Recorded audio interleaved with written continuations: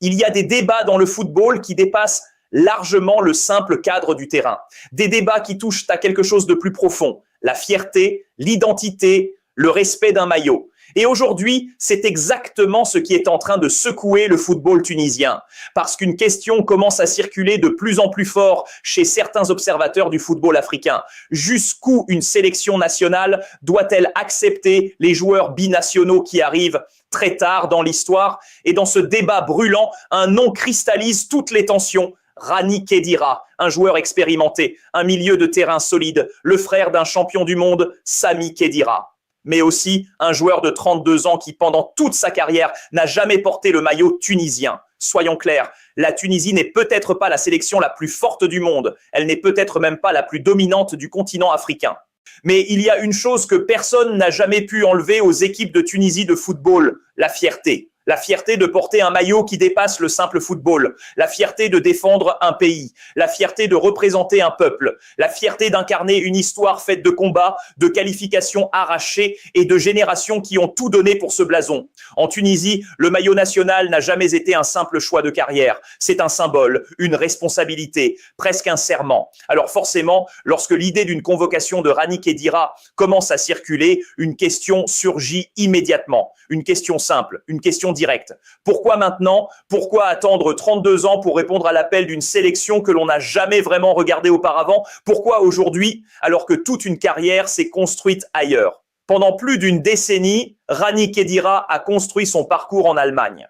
Formé dans le football allemand, évoluant dans le championnat allemand, portant l'identité footballistique allemande. Et durant toutes ces années, la Tunisie n'a jamais été une option prioritaire, jamais un objectif déclaré, jamais un rêve affiché. Alors forcément, pour beaucoup d'observateurs du football africain, la question se pose avec une certaine force. Qu'est-ce qui a changé aujourd'hui? Est-ce l'attachement soudain aux racines, un nouveau regard sur ses origines, ou simplement la dernière opportunité de vivre une aventure internationale?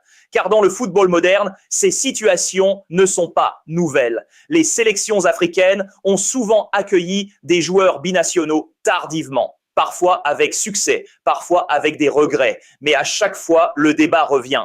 Parce que derrière ces décisions, il y a quelque chose de plus grand que le football, la valeur d'un maillot national, un maillot que certains rêvent de porter depuis l'enfance, un maillot que d'autres découvrent à la fin de leur parcours. Et c'est là que la discussion devient passionnante.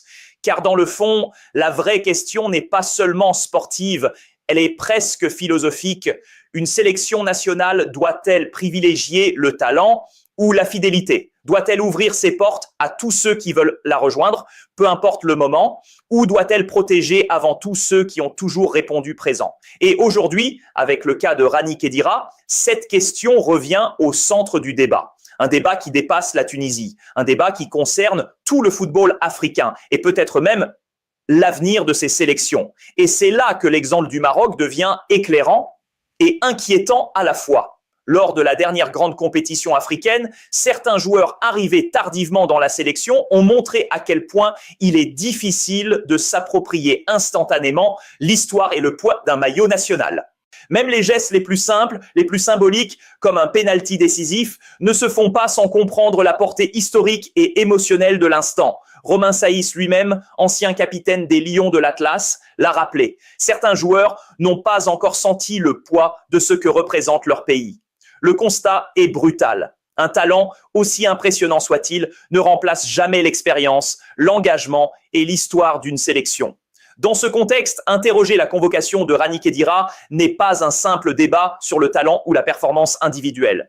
C'est un questionnement sur l'identité même de la Tunisie en tant que sélection nationale et plus largement sur l'Afrique du football. Peut-on accepter qu'un joueur arrive tardivement, uniquement parce qu'il n'a plus d'opportunité ailleurs?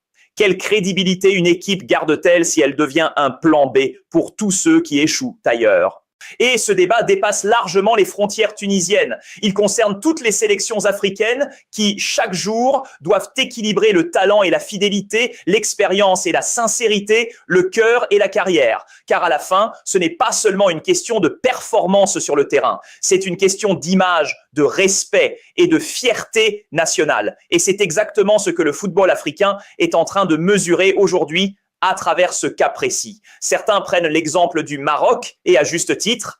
Lors de la dernière grande compétition continentale, un épisode est venu rappeler à quel point le maillot national n'est pas qu'un simple uniforme, mais un symbole chargé de mémoire, de responsabilité et de fierté. Certains joueurs, arrivés tardivement dans la sélection, ont été confrontés à une réalité implacable. Le poids émotionnel d'un maillot ne se mesure pas en semaines, ni même en mois. On peut arriver avec toute la technique et le talent du monde, mais sans avoir vécu les victoires et les défaites, les sacrifices et les tensions d'un vestiaire, certains gestes, les plus simples mais les plus symboliques, perdent de leur sens. L'ancien capitaine Romain Saïs l'a dit clairement. Comprendre l'importance d'un moment en sélection, la portée d'un match décisif ou d'un penalty historique ne s'apprend pas en quelques rassemblements ponctuels. C'est une expérience qui se construit avec le temps, avec les matchs qui forgent le caractère et la cohésion, avec les sacrifices personnels qui deviennent la norme, avec l'histoire même d'une équipe transmise de génération en génération. Chaque minute sur le terrain national, chaque échauffement avant un match capital, chaque échange dans le vestiaire contribue à cette alchimie unique entre le joueur et son pays. Et c'est cette alchimie qui fait qu'un geste, un sourire, une célébration deviennent plus qu'un simple moment sportif. Ils deviennent un symbole, un héritage, une fierté partagée par tout un peuple. Lorsqu'un joueur arrive à la fin de sa carrière, après avoir vécu la majorité de son parcours ailleurs, il peut posséder la technique et l'expérience individuelle, mais il n'a pas encore absorbé cet ADN collectif. C'est là que réside le vrai défi. Et c'est ce qui fait que certains choix tardifs, même avec les meilleures intentions, peuvent dégénérer des tensions, voire des incompréhensions au sein d'un groupe construit depuis des années sur la loyauté et l'engagement. En d'autres termes, le maillot national ne s'acquiert pas seulement par le talent ou la renommée, il se mérite par l'histoire, l'engagement et la fidélité. Et c'est ce message puissant et souvent invisible pour le grand public qui définit la crédibilité et le respect d'une sélection sur le continent africain et dans le monde. Alors, soyons clairs, la question n'est peut-être pas de savoir si Rani Khedira est autorisé à jouer pour la Tunisie. La FIFA a tranché. Le règlement est limpide. Un joueur binational peut, sous certaines conditions, rejoindre le maillot national de ses origines. Aucune ambiguïté, tout est légal. Mais le vrai débat ne se situe pas là. Il est bien plus profond, bien plus symbolique. La vraie question est celle que tout le football africain devrait se poser. Quel message veut transmettre la Tunisie au reste de l'Afrique ? Veut-elle devenir une sélection où tout joueur peut débarquer à n'importe quel moment sans avoir jamais montré d'attachement auparavant? Ou veut-elle être une sélection qui récompense ceux qui ont été là dès le départ, ceux qui ont construit l'histoire, traversé les défaites et célébré les victoires, qui ont porté le maillot avec fierté et loyauté, génération après génération? Parce que derrière ce choix se cache quelque chose de bien plus fondamental que le football lui-même. L'identité d'une équipe nationale, le respect du maillot, la valeur d'un engagement. Si Rani Khedira rejoint la équipe de Tunisie de football, il devra suivre la même règle que tous les autres, gagner sa place sur le terrain. Pas de privilèges, pas de tapis rouge, pas de statut automatique, juste le terrain. Car un maillot national ne se porte pas avec un passeport ou une simple ligne sur un CV. Il se porte avec le poids d'une histoire, la responsabilité d'un peuple, l'honneur de ceux qui vous ont précédé et l'exigence de ceux qui vous regardent aujourd'hui. C'est là que réside l'essence même du football africain. Il ne s'agit pas seulement de performances individuelles, il s'agit de respect, de fierté et d'intégrité. Et cette question, elle dépasse largement la Tunisie. Elle concerne toutes les sélections africaines. Doivent-elles accueillir les binationaux tardifs par défaut ou doivent-elles protéger leur identité, leur cohésion et leur héritage?